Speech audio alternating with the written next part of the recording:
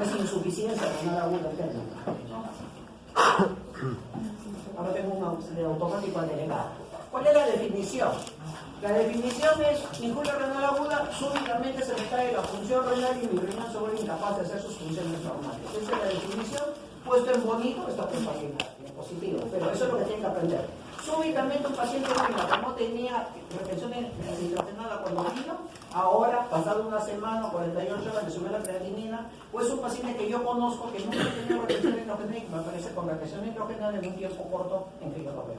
Esa es la definición, ¿no? Entonces la filtración glomerular cae en tal forma de que el paciente no puede excretar pues todo lo que eliminamos diariamente y se altera nuestro balance y nuestra homeostasis tanto de fluidos como el ácido básico, y obviamente eso afecta la presión arterial y la perfusión renal. La próxima. Estas son las definiciones por nivel de creatinina y por flujo urinario. Inicialmente fue el rifle en el 2003, el 2006 y el 2012, la CADIGO, que esta es los cursos globales en enfermedad renal, ¿no? Entonces, la CADIGO es la última definición, tiene del 2012, va a salir este año, probablemente el próximo mes, si es que hay nuevas definiciones, se está trabajando porque esto lo trabaja no solamente la CADIGO, sino la red, esto es Network, de injuria renal aguda. Aquí tiene Injury Network, esa es la definición. Y el rifle es un acrónimo de cómo se definió inicialmente la injuria renal aguda, porque el tema es que había tanta variedad de pacientes con diferentes factores causales, con diferentes grupos etarios, con diferentes comorbilidades, diferentes ambientes de hospitalización, ya sea en sala de hospitalización, cuidados intensivos, o pacientes que eran vistos en salas de trauma shock, que la verdad que los tratamientos que se daban parecían efectivos en este grupo, sin embargo no se repetían en otro. ¿Por qué? Por esa heterogeneidad. Y esta es la razón por la que esta red está trabajando desde esa época. Por nivel de creatinina, estas son las definiciones que se dieron inicialmente. ¿Cuál es la que me interesa? La CADIGO. ¿Por qué les pongo el resto? Porque es importante saber cómo ha evolucionado, ¿no? Entonces, esta es la última que tenemos. ¿Cuándo decimos que hay injuria renal aguda? Cuando tengo un aumento de la creatinina de 0.3, miren, 0.3 o más, que se desarrolla en menos de 48 horas. Ese es el paciente que yo lo tengo hospitalizado y que lo estoy chequeando y que me llaman porque ha pasado esto. O cuando incrementa de más del 50% en la semana, ¿no? O sea, el paciente tenía creatinina en 1 y a la semana me llaman porque la creatinina dobló, como sucede con este paciente que hemos visto, ¿no? Ahora, por flujo urinario lo que se ha quedado es que todo paciente que tiene menos de medio mililitro por kilo por hora, por 6 horas previas a las que el paciente me llamó para interconsulta y no ha respondido, se supone, a fluidos, está estable hemodinámicamente y sigue con este volumen de orina, yo lo catalogo como injuria renal aguda. ¿Por qué ponemos esto? Porque la mayoría de países en Latinoamérica, en la India o en el África, no tenemos pues la costumbre de medir creatinina a todos los pacientes. Vienen de frente y se aparecen en la emergencia. Entonces, el flujo urinario es una opción, porque la creatinina basal es bien difícil que la tengamos en todos los países, ¿no? Este es el famoso rifle, ¿no? Los criterios que se publicaron en el año 2005, que es riesgo, injuria, falla, N de pérdida. Lamentablemente los no hay con él en traducción al español, ¿no? Si encuentran me avisan, ¿no? Y la E es de enfermedad renal.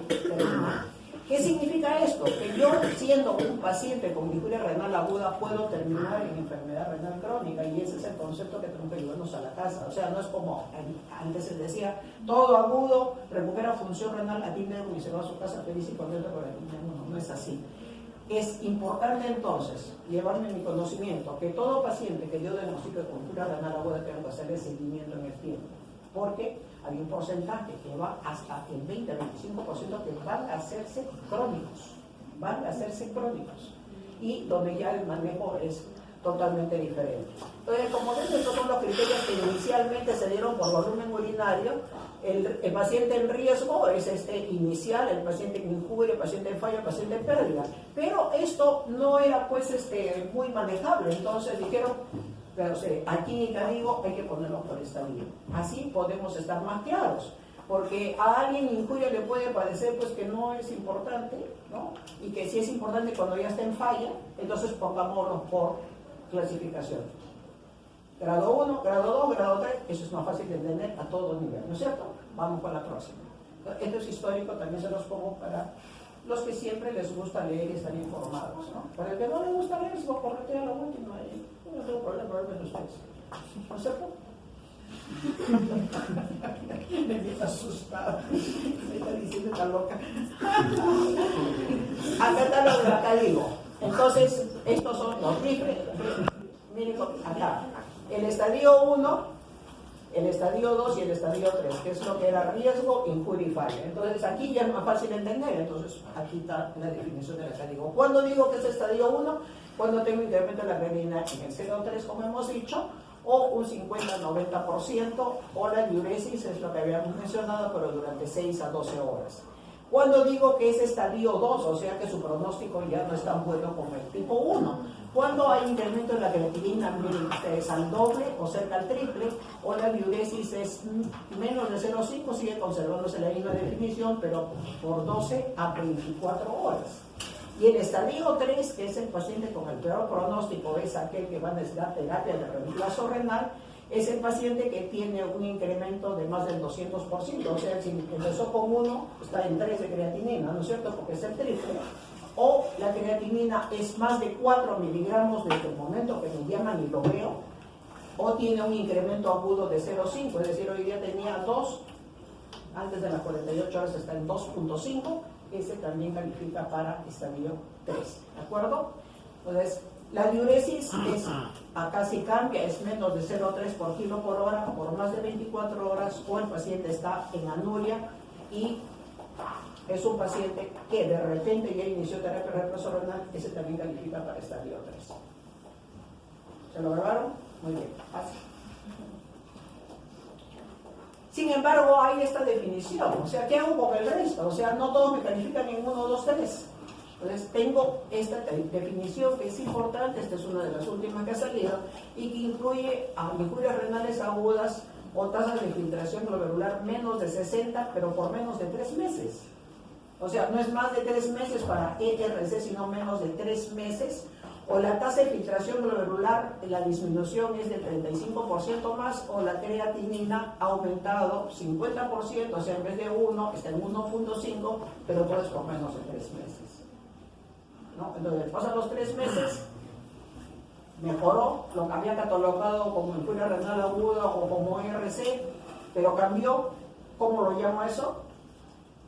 Enfermedades o desórdenes renales agudos. Esa es la nueva definición. ¿Vamos? Entonces, cosas importantes para recordar acá, para que se lleven a casa. Esto no está en los libros, así que estos son cosas que a mí se me ocurren escribir. ¿Es un reto diagnóstico y terapéutico para el clínico? Sí, es un reto diagnóstico. ¿Cómo hago yo para sacarlo si sé que una vez que se establezca la injuria renal aguda va a estar el paciente 4 semanas hospitalizado con riesgo de muerte? ¿No es cierto? Pues es un reto diagnosticarlo tempranamente. Y es un reto terapéutico porque muchas veces hay discusión sobre debo de avisarlo, no debo de avisarlo, cómo hago los antibióticos, debo darlo, no debo darlo. Se suscita en horas o pocos días definitivamente. El paciente que hace una depresión de volumen severa en un adulto mayor, es inmediato que la creatinina trepa y les llega a ustedes a la institución donde trabajan.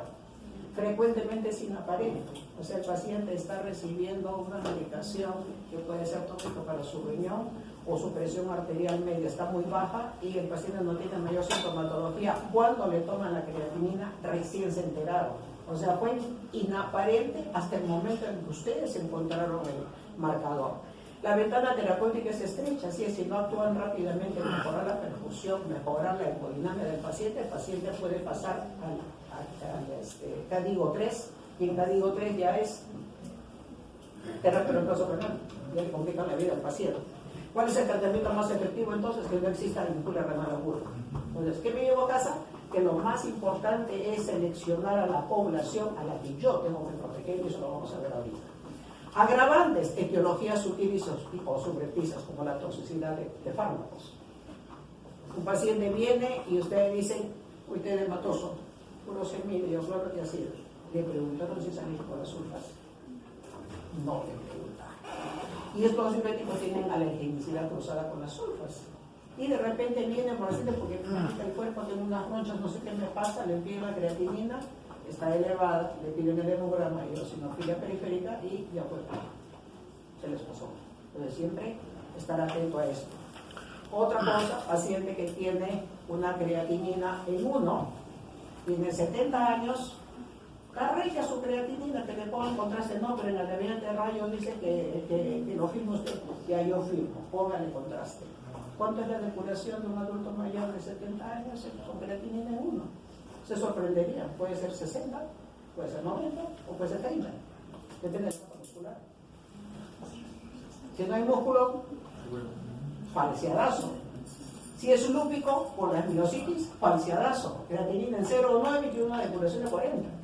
Y ustedes lo mandan al contraste, sin protección renal. Entonces, esas son las subrepticias. La próxima.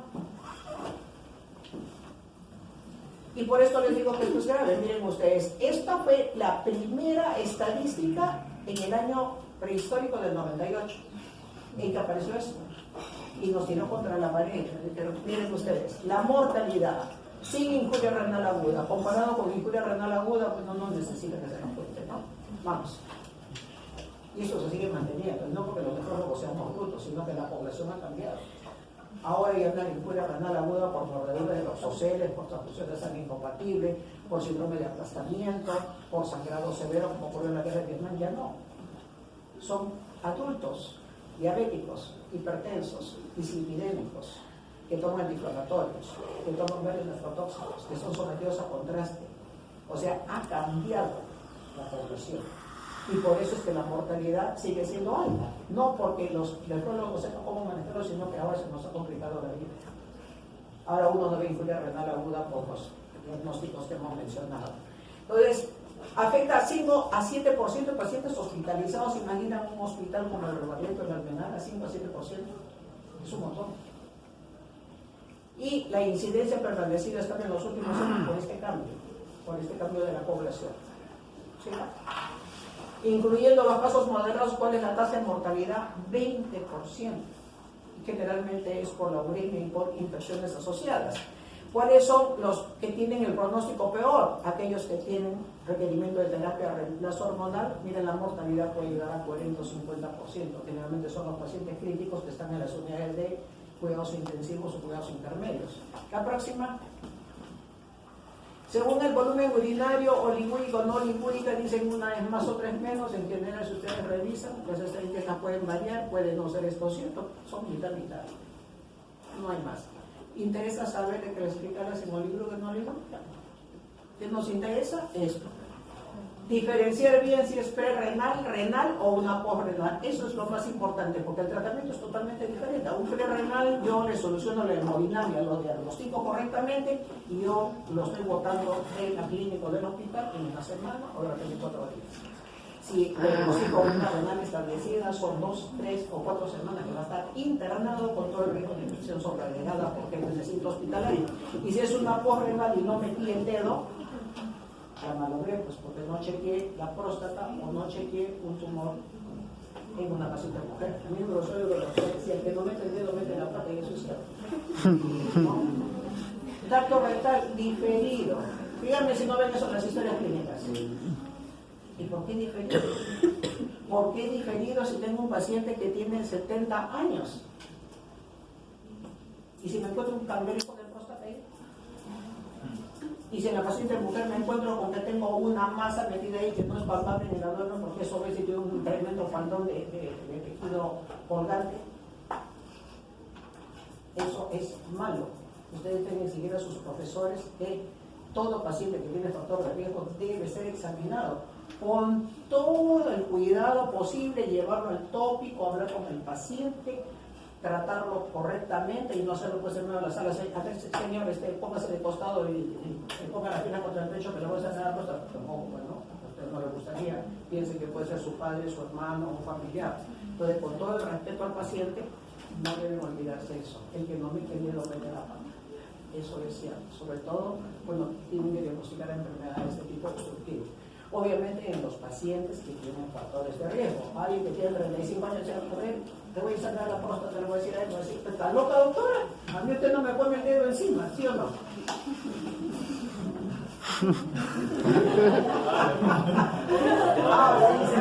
No, se quedó mudo. Prevención. Ya lo veo haciendo prevención, no que la próxima. Así se despierta, me los hago reír. Entonces, ¿cuáles son las causas de la osteopenia prerrenal? Son todas estas y vamos a desglosar cada una solamente para que las miren, porque las van a leer en su casa. Pero estos son los subtítulos de las más importantes. Cuando depleto mi volumen intravascular, obviamente, cuando se me cae mi volumen, vomito, tengo diarrea, me comí pues un ceviche de conchas negras en la carretilla de la avenida Grau, me voy a llegar a vomitar. O le di mucho diurético a un paciente, ¿no es cierto?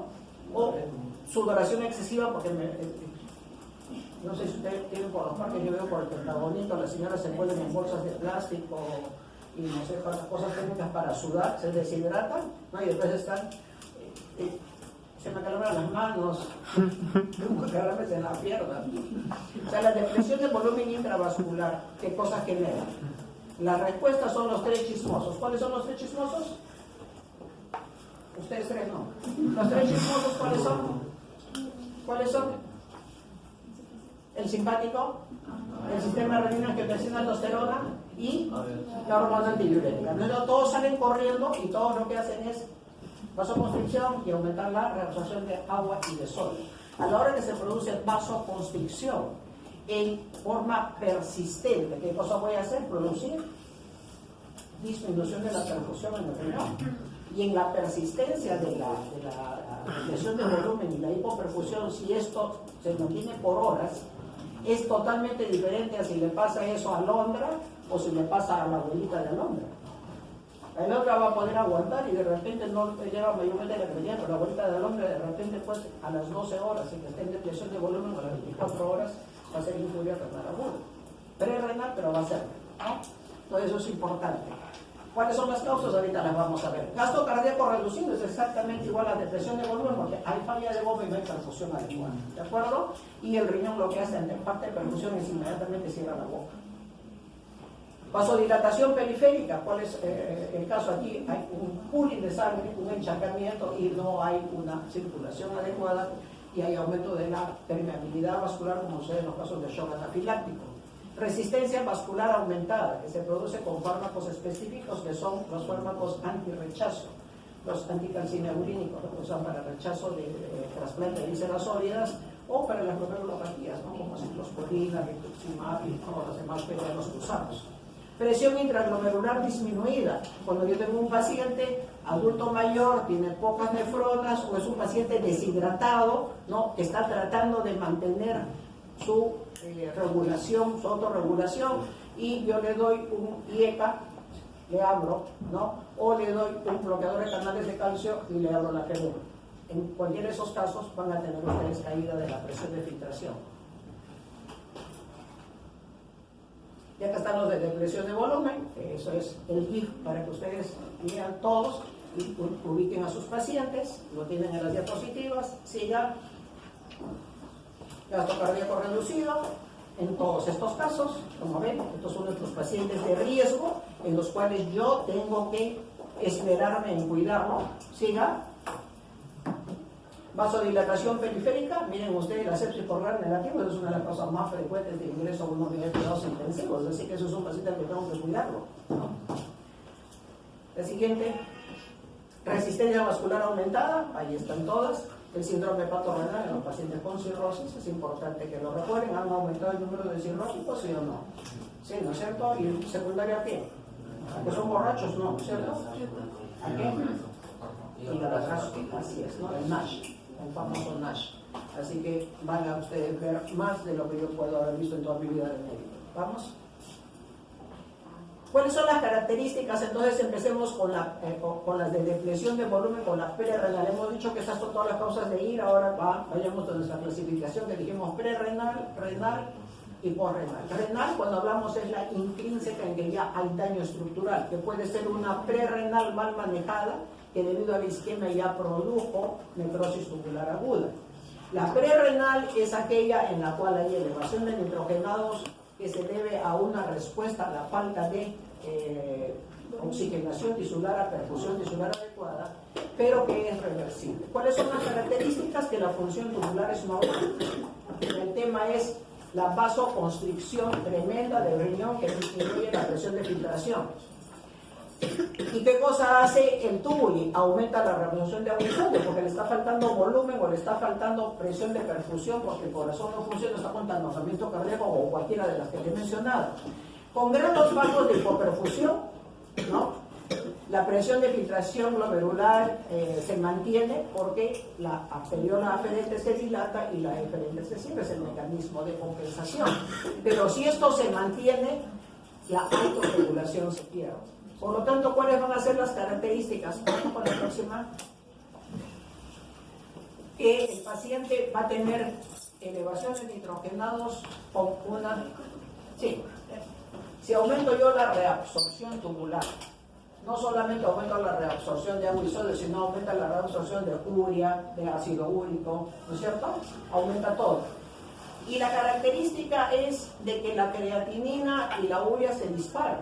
Acuérdense que la urea se reabsorbe en forma pasiva. La creatinina, ¿cómo se maneja? Excreción y secreción tubular, no se reabsorbe. Entonces, lo que vamos a encontrar característicamente en la prerrenal es que tienen urea elevada y la creatina normal o muy discretamente elevada. ¿Cuánto es el valor normal de urea? 20 a 40, creatinina 1, 40 a 1. Me reportan que el paciente tiene creatinina 1.2 y la urea en 100. Desempatados totalmente, eso es un prerrenal. Eso huele a prerrenal. Entonces, a trabajar rápido, este es un prerrenal. ¿Qué otra posibilidad me puede hacer esa disociación? Sangrado digestivo oculto que tenga dentro de la tripa. Pues para eso pasé mi sonda, metí mi dedo, no hay nada, está limpia las heces, no veo heces oscuras, no es sangrado. ¿Cuál es la otra? Hipercatabolismo, tenía que estar en sepsis. Mi paciente no me huele a sepsis. Este es un prerrenal deshidratado. ¿Ya? Entonces, así como tienen que razonar. Me están siguiendo, pues yo hablo rápido. Me avisan para desacelerar. Ahora, la posrenal, ¿cuál es? Cuando está obstruido. Pues o sea, el riñoncito también acá está sano, igual que en la prerrenal. El riñón no le ha pasado nada. A este tampoco le ha pasado nada, pero forma su pila normal, a diferencia del prerrenal que está depletado, que está trabajando en exceso. Acá el tema forma su orina normal, pero no puede salir. Está obstruido. Esa es la posrenal. Puede ser a nivel de la pelvis renal, estrecheces, coágulos, tumores, dentro o fuera del uréter, puede ser dentro del uréter por coágulos, por piedras, por tumores que se desprenden de los metangias renales, puede ser extraureteral por fibrosis retroperitoneal o un cáncer de colon invasivo, que puede estar produciendo esto, puede ser por obstrucción de la vejiga, por un cálculo que produce obstrucción en ambos lados, o porque hay las vejigas neurogénicas, estas vejigas disfuncionales que retienen un montón de orina y causan reflujo de orina hacia arriba y la presión hidrostática de Starling empieza a subir y se frena la filtración glomerular. ¿Están seguros que lo están siguiendo? ¿Se perdió? ¿Alguien se perdió? No, todavía. Cuando se pierda, levantan la mano. Y por último, la obstrucción uretral, ¿no? Que eso se ve en población pediátrica, por valvas uretrales posteriores, ¿no? Eso no se ve en el adulto. Siguiente. Acosta, ¿qué ha hecho ahí el que está con sueño? ¿Ah? Posrenal. El paciente puede estar en anuria o poliuria, ¿no? Es muy variable, o sea, el volumen de orina no nos va a ayudar. Acá en los notantes sospechar que tiene ya. ¿Mejor? La tensión endocrinal tiene dolor abdominal bajo por el problema de la obstrucción cuando es en la zona del cuello de la vejiga. La obstrucción puede ser constante o intermitente, o sea, como sucede con el paciente con cálculos, ¿no? Ahora sí orino, ahora no orino, no puedo orinar, por momentos puedo y por momentos no puedo, depende cómo me ponga yo, cómo me ubique yo, ¿no? y puede ser parcial o completa, o sea, no necesariamente puede ser obstrucción total, que es muy severo el dolor, obstrucción parcial que se acompaña de dolor, pero es menos severo. ¿Qué podemos encontrar aquí? La próstata agrandada, por eso examen digital en todo paciente que tenga retención hidrogenada, palpar si es que hay vejiga palpable o una masa pélvica por el examen ginecológico. ¿Qué me ayuda acá? Una ecografía para poder ver cómo está la vejiga y los riñones, si están dilatados los sistemas de excreción. Las características es que al inicio la osmolaridad urinaria es alta, o sea, mantiene función, mientras la obstrucción es reciente. Cuando la obstrucción es tardía y el paciente llegó tarde, ahí donde van a encontrar que hay isostenuria, inclusive hipostenuria, o sea, osmolaridad urinaria baja, ¿no? El sodio es bajo en los problemas obstructivos, el radio urea creatinina es alto en la orina, la excreción fraccional del sodio es bajo para luego dispararse. Y como ven, el sedimento urinario es anodino, o sea, no tiene ninguna alteración, salvo que tenga infección urinaria asociada. La próxima. De las intrínsecas, acá la característica del riñón es que tiene todas las estructuras. Tiene vasos, tiene glomérulo, tiene intersticio y tiene pulvis, ¿no es cierto? Y acá también viene un GIF de todas las causas, que no las voy a leer, las van a leer ustedes. O sea, puede ser vascular, sí, pues obstruye una embolia de bacteria renal, o puede ser una anemia microangiopática con todos los vasos chiquitos que tenemos adentro. Glomerular, acá están todas las enfermedades glomerulares que producen injuria renal. ¿Cuál es la característica? Lesión para producir injuria renal aguda en una glomerulopatía. ¿Les habían dicho? O sea, como una glomerulopatía puede ser injuria renal aguda.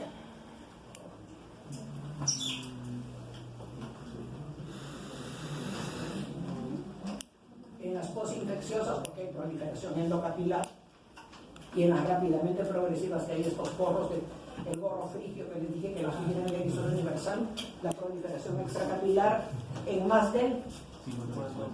Muy bien.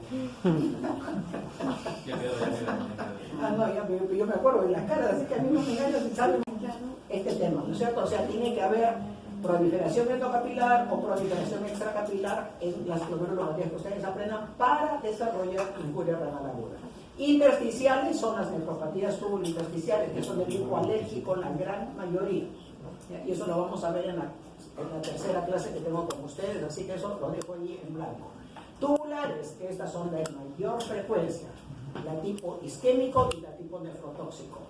¿Cuál es la presentación entonces más frecuente de injuria renal aguda? Prerrenal es la más frecuente, y luego le siguen las tubulares. ¿Cuáles son esas? En las tubulares, la isquémica es la famosa necrosis tubular aguda. Esa es la necrosis tubular aguda. Cuando ustedes lean definición de injuria renal aguda, en todos los textos, el modelo que se utiliza es necrosis tubular aguda. Pero a veces los chicos se confunden, dicen, pero la glomerulopatía, ¿pero cómo explico? No expliquen nada.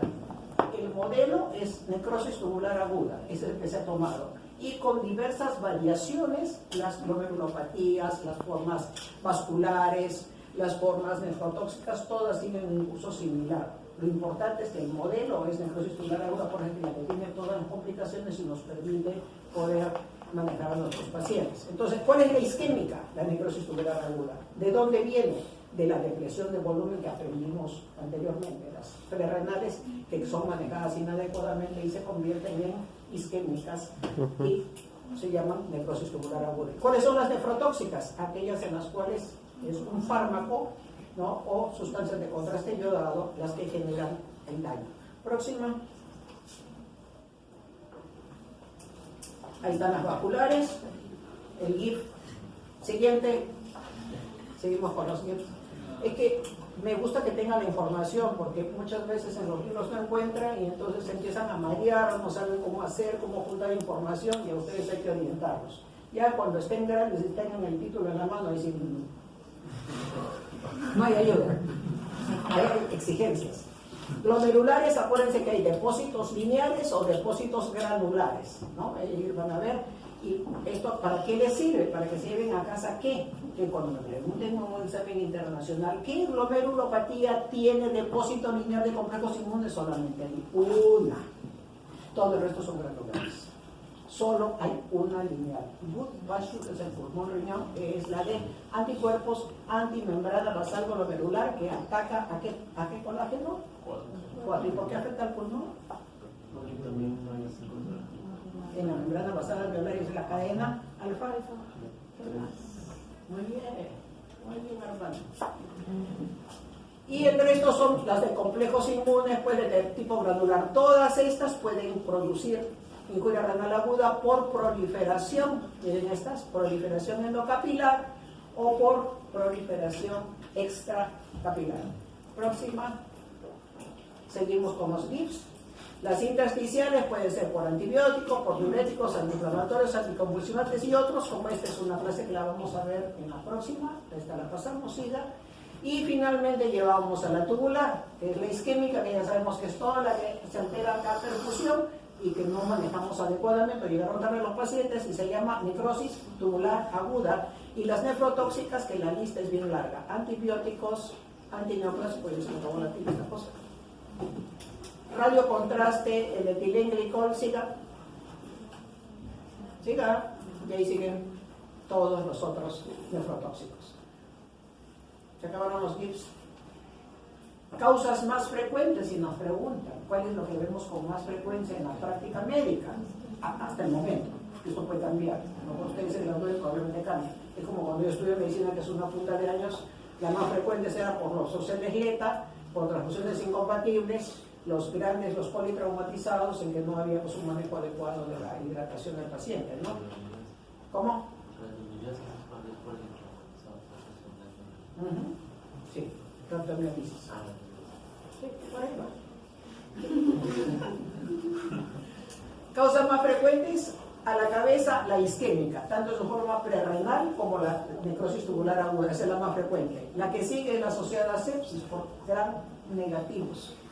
La posoperatoria, usted dirá, pues, oiga, si no va a operar de apéndice, me va a dar injuria renal aguda, si me opero la vesícula me va a dar, no. Estamos hablando de cirugía a cielo abierto, la cirugía de bypass aortocoronario es la que va asociada a esto, ¿no? Y es muy característica. Quemaduras y pancreatitis, obviamente no estamos hablando de quemaduras, ¿no? Sino la de los feminicidas, pues no, esa que le echan con gasolina y la prenden, ¿no? O sea, quemaduras de tercer grado, tensas, y las pancreatitis, ¿no? Y enfermedades microvasculares, microangiopatías de diversos tipos, incluyendo las postparto tempranas. ¿Seguimos? Muy bien, esta es la nefrona. Como verán, pues no es una foto de histología, si no es un cartoon, porque es más entretenido ver un cartoon que ver la foto, ¿no? Y atacar pues de ver al glomérulo. Y está marcado aquí el segmento S3, ¿por qué lo habré marcado? Porque este es el que se lesiona. ¿Qué otro nombre tiene el segmento S3 por fisiología? Muy bien, la pars recta. Y es la que tiene el mayor trabajo metabólico de transporte de agua y de solutos. Y por lo tanto, si yo tengo un montón de trabajo, ¿cómo están mis ATPs? Las patas, bueno, me las consumo, que hay un alto consumo de energía. Y su localización también, porque está en esta zona, en la zona medular externa, que es relativamente hipóxica, como ustedes recuerdan, no es igual que la corteza renal. Entonces la pregunta se cae de madura, ¿y por qué al asa de Henle grueso ascendente, si está en la misma posición, no le pasa lo mismo? Porque al asa de Henle, que está en la misma posición, no se necrosa igualito. O sea, cuando la forma severa se necrosa, pero la necrosis tubular aguda es en esta, por el alto consumo de energía y el alto transporte. Entonces ustedes dicen el asa de Henle, pero también pues se transporta un montón, ¿no? 25% de la carga de sodio. ¿Qué cuento me está contando usted? ¿Qué tiene que ver la impermeabilidad porque es con la isquemia? ¿No que ver? El asa de Henle es capaz de sintetizar ATP. Y esa capacidad no la tiene la parte. Por eso que se sabe.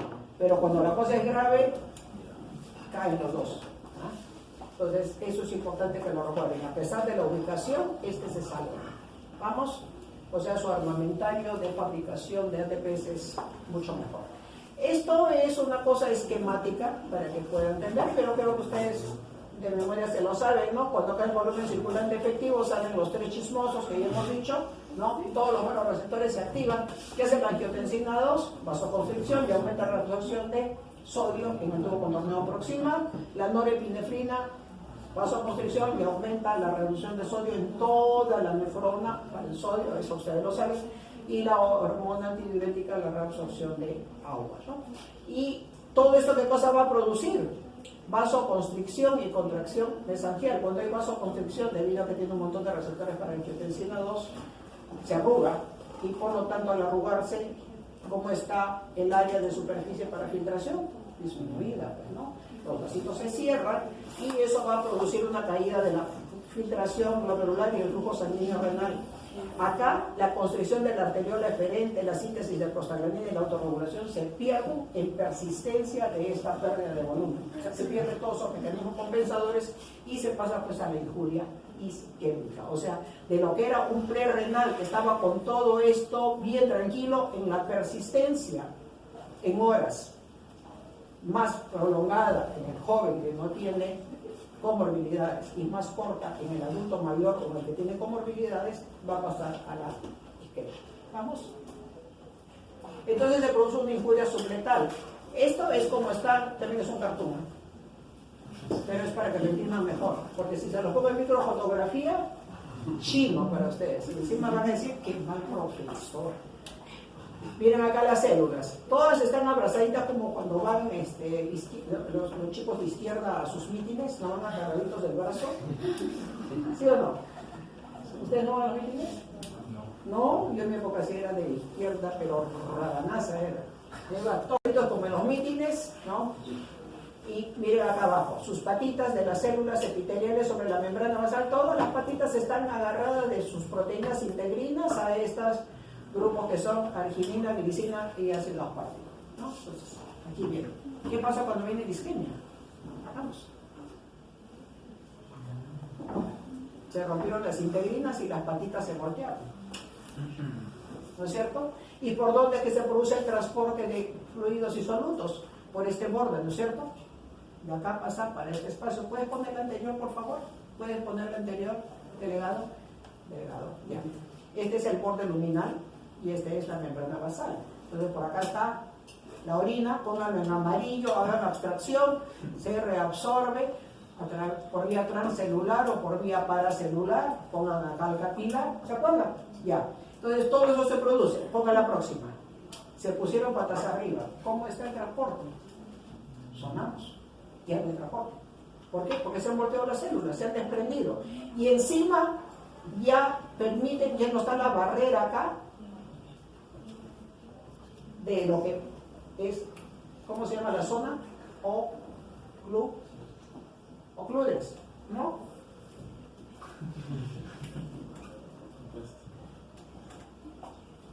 Ya, entonces ya no hay zona ocludens y por lo tanto se filtra por acá, y si se encuentra pues que no hay patitas, aquí hay huecos en la membrana basal, ¿a dónde se va a ir el filtrado glomerular? Hacia el intersticio. ¿Y qué va a causar en el intersticio cuando se mete un montón de agua? Edema. ¿Y el edema comprime al tubuli? Sí, pues. Y si comprime al tubuli y el tubuli está enfermo, ¿qué va a pasar? Chau. Por más que el glomérulo esté trabajando, la nefrona ya fue. Teoría de la nefrona intacta. Glomérulo bueno, túbulo malo, no sirve. ¿No es cierto? Próxima.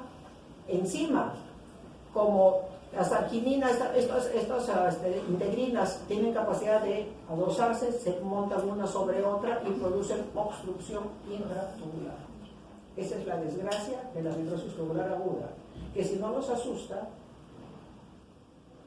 me van a dejar preocupada. ¿Vamos?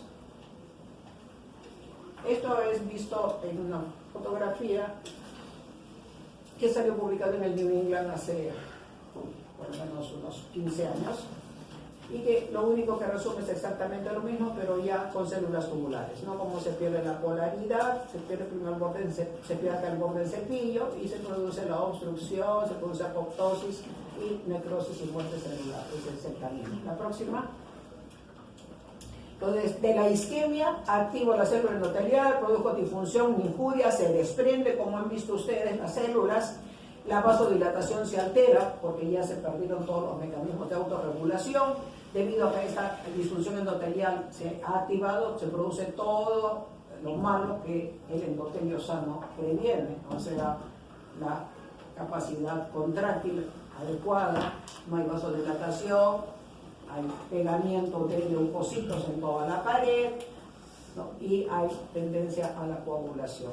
Se produce la obstrucción, aumenta la inflamación, y la inflamación, cuanto mayor es por persistencia del evento, va a hacer que se produzca mayor tiempo de desarrollo de injuria renal aguda. O sea, el periodo digamos, de injuria va a ser mucho más grande, mucho más prolongado, cuanto mayor sea la inflamación si no reconocemos la NOx adecuadamente. Próxima. Y normalmente, ¿qué pasa? Después de la reducción sostenida de la filtración corporal, le ponemos fluidos, le ponemos sus antibióticos al paciente, le corregimos el problema de la insuficiencia cardíaca, el problema de la arritmia, el problema de la neumonía, de la hipoperfusión.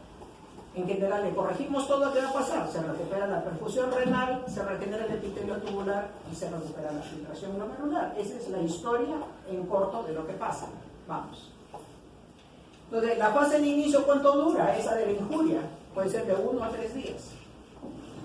La fase oligúrica es de 1 a 3 semanas. Porque es importante saber que es 1 a 3 semanas, ponerle 4 como máximo, porque alguien que no sale de la injuria renal después de 4 semanas, ustedes tienen que estar con su aguja lista para la biopsia renal. Y luego la fase de recuperación, que es muy variable. No, está bien, sigue. ¿Cuáles son los síntomas entonces de alguien que está en fase 3? O sea, en injuria renal aguda. Hemos dicho por definición, el riñón ya está incapaz de botar todo.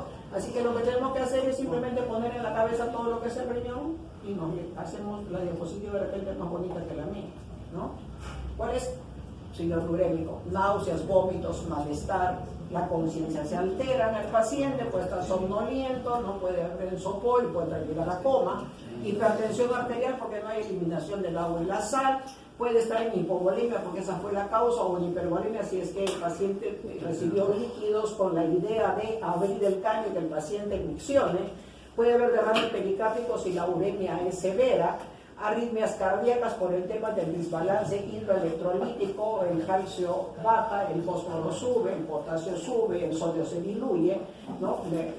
Hay que ser marciano si no te da una arritmia y tienes 60 años con toda esta cosa que te pasa, ¿no? Signos de insuficiencia cardíaca congestiva, si es que es un paciente diabético que nunca tuvo nada, y en el diabético hay que tener mucho cuidado, un poquito más de agua que se pase y pueden desarrollar insuficiencia cardíaca porque ellos tienen lesiones a nivel de la microvasculatura y que no lo sabe nadie es el momento que ustedes le pasan exceso de líquidos. Con el diabético de larga data, o sea, el diabético viejo, no necesariamente viejo ni edad, pero viejo ni enfermedad, hay que tener mucho cuidado con los fluidos, eso llévense a la casa bien marcado.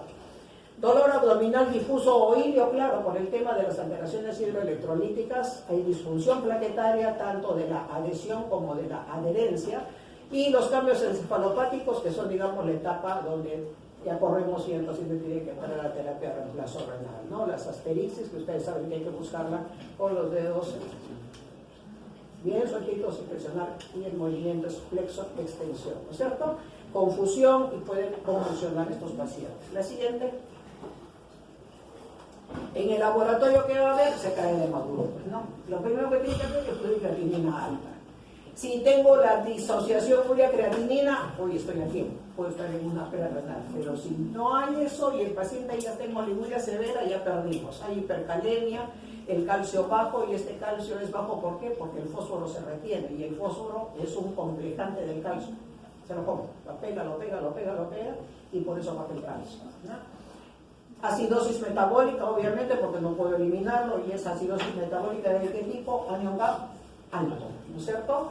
Hay fósforo que se retiene, el magnesio se retiene, la anemia, que puede ser multifactorial, o sea, el paciente puede haber tenido sangrado, puede ser una anemia hemolítica microangiopática, entonces puede haber hemólisis en el paciente, puede haber pérdidas porque el paciente, como causa de la injuria renal aguda, ha sido sangrado digestivo masivo, ¿no? Puede ser un paciente politraumatizado, o puede ser un paciente que haya recibido sustancias tóxicas que puedan producir anemia severa. Y la disfunción plaquetaria, que si tienen en el laboratorio pueden hacer adhesión de plaquetas, que es la que más frecuentemente se usa, pero es una prueba que en realidad no se necesita inyectar.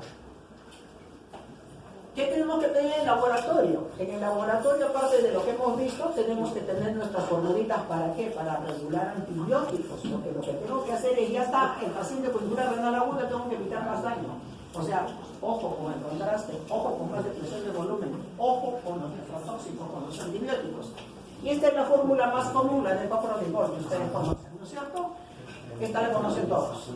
Y se multiplica por 0,85 en mujeres. Y la que uso y la que le digo a los chicos que bajen en sus computadoras es esta, en sus teléfonos es esta, ¿no? Acá, la MDRD o la CKIDR. ¿Cómo? ¿La tienen ya? ¿Ya la tienen? Sí. Con eso calculan. Si no, ahí está la página, o se buscan CEN, que es la Sociedad Española de Nefrología, y después. Pasa nomás, total tiene diapositivos, no van a copiar nada. Y ahora esto sí no es cartoon, esta es la verdad. ¿Ya?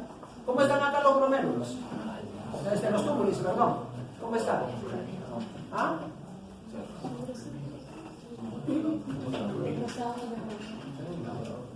Están edematosos, ¿no? Están edematosos. ¿Seguimos? Ahí, ¿cómo están? Ahí infiltrado, o sea, como ven, no toda es en parche la lesión típica de la necrosis tubular aguda. Y edema en algunas, en otras también, pero sí hay infiltrados en el intersticio. La siguiente. Y miren acá, desprendimiento de células tubulares dentro de la luz tubular. Próxima. Lo interesante, miren esto, ¿qué cosa es esto? ¿Figura de qué es? Es en el mismo riñón. Esto es lo interesante, lesiones en parche y en el mismo riñón uno puede encontrar a la semana, las 4 semanas que uno hace la biopsia en estos pacientes, que hay mitosis. Esos son mitosis. ¿De qué se ha puesto colorado este chico? ¿Que se está contando el chiste de usted? No. Ah, ya. Sí, porque se muere la vez y lo pone colorado. ¿Qué le dice usted? Miren acá, esto y esto se tiene que entrar en sus cabezas, tienen que leerlo hasta que se cansen. Estos son factores de riesgo no modificables que yo tengo que reconocer en los pacientes que son los que están en riesgo y que yo no lo voy a modificar. ¿No es cierto? Lo que yo voy a trabajar es en esto. O sea, si yo tengo estos pacientes con 1, 2 o 3 de estas patologías y yo tengo eso y no lo manejo adecuadamente, yo soy el responsable de que ese paciente pueda hacer insuficiencia renal aguda. ¿De acuerdo? ¿De cuáles son los no modificables? Los viejos diabéticos con IRC, con falla cardíaca, falla hepática, estenosis de arteria renal, con SIDA, con enfermedad vascular periférica o cirugía renal previa. Todos esos son en riesgo. ¿Qué es lo que yo tengo que manejar adecuadamente? Hipertensión, saber cuáles son los puntos objetivos del manejo de hipertensión en cada población y qué fármacos no debo usar de acuerdo a función renal, de acuerdo a grupo etario y de acuerdo a alteraciones metabólicas que pueda causar. El paciente con hiperureminemia es un paciente siempre de mal pronóstico, el paciente desnutrido, entonces yo tengo que mejorar la nutrición de estos pacientes porque estos me pueden hacer complicaciones infecciosas, sobre todo la anemia. O sea, ningún paciente con esto de acá puede tener un hematocrito menos de 30. El hematocrito menos de 30 es salvador. Doctor, tengo 11 hemoglobinas. Señor, tiene 80 años, conténtese con 11. ¿Ah? Tranquilo, no intenten subirle a 12. Porque usted le van a hacer reserva de hierro, saturación, transferrina, vitamina B12, folato y todo le sale normal. Y ustedes que quieren subir a 12, y yo encuentro pacientes que vienen y me toman a los 70, 80 años porque tienen la hemoglobina en 11, están tomando sales de hierro, vitamina B12, ácido fólico y se ponen vitamina C endovenosa. Digo, ¿para qué? ¿Cómo se están bien? ¿No? Sepsis, es importante manejarla adecuadamente, drogas nefrotóxicas, la ventilación mecánica es un factor de riesgo, entonces cuanto más rápido sea el destete de sus pacientes es mucho mejor. Cuanto más rápido mejoren el problema respiratorio. La hipercolesterolemia, nos estamos refiriendo aquí al LDL oxidado, la rhabdomiolisis, que ahora sí se acuerdan cómo se llama, ¿no? Y la hiponatremia. La siguiente. ¿Cómo debo evaluar a los pacientes entonces? Hay que revisar bien los antecedentes y una buena historia clínica es básico, como siempre les han dicho. ¿Qué me sugiere causa renal? Que yo no encuentre depresión de volumen. globos oculares con tono bajo, la lengua seca, las axilas secas, el signo de pliegue. ¿Dónde busca el signo de pliegue en un adulto mayor? No le hagas señas a eso, ya, ¿dónde le busca el signo de pliegue a un viejo? ¿Dónde le busca? ¿Dónde le busca? ¿Ah? ¿En el brazo? ¿Qué lindo? ¿Un viejo? Le va a salir positivo todos los viejos. Todos están deshidratados. En la frente. Nunca lo pueden ni la quinta de la panza, ¿no? Por eso es que todo el mundo dice: este pan está como en panza de vieja. ¿Por qué? Está todo arrugado. Eso dice mi empleada. Cómete el pan. No, papá, señora, no como pan de vieja. Causas prerenales de presión de volumen. A eso que le añadimos presión arterial baja, cambios de la presión arterial de sentado echado más de 10 milímetros, el mercurio de caída y aparentemente insuficiencia cardíaca. El paciente que tiene falla cardíaca congestiva es otro que tenemos que buscar, siga. Y enfermedad hepática severa, estamos hablando de cirrosis o cualquier edematoso, en donde en el edema el paciente puede estar con agua corporal totalmente aumentada, pero sin intravascular decretado por el escape a través de esto de la alteración de las fuerzas de sangre que va hacia afuera, ¿no es cierto? Pero así con la mente. Algo le pasa a este chico, no lo ocupa. Causas postrenales. Las causas postrenales que tengo que buscar de tequila, hacer su ecografía. Siga. Meter el dedito para ver si hay próstata grande, siga. En cambio, mujeres, no vayan a hacer al revés, ¿eh? Varones, mujeres.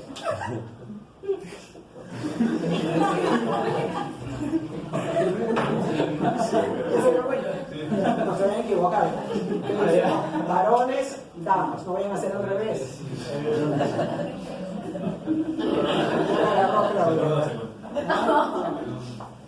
No, varones uno, damas dos, no al revés. Ya se dio cuenta ya.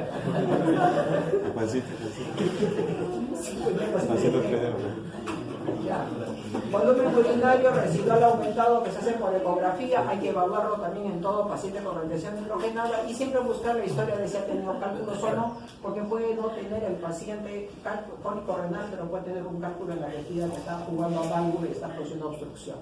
La siguiente.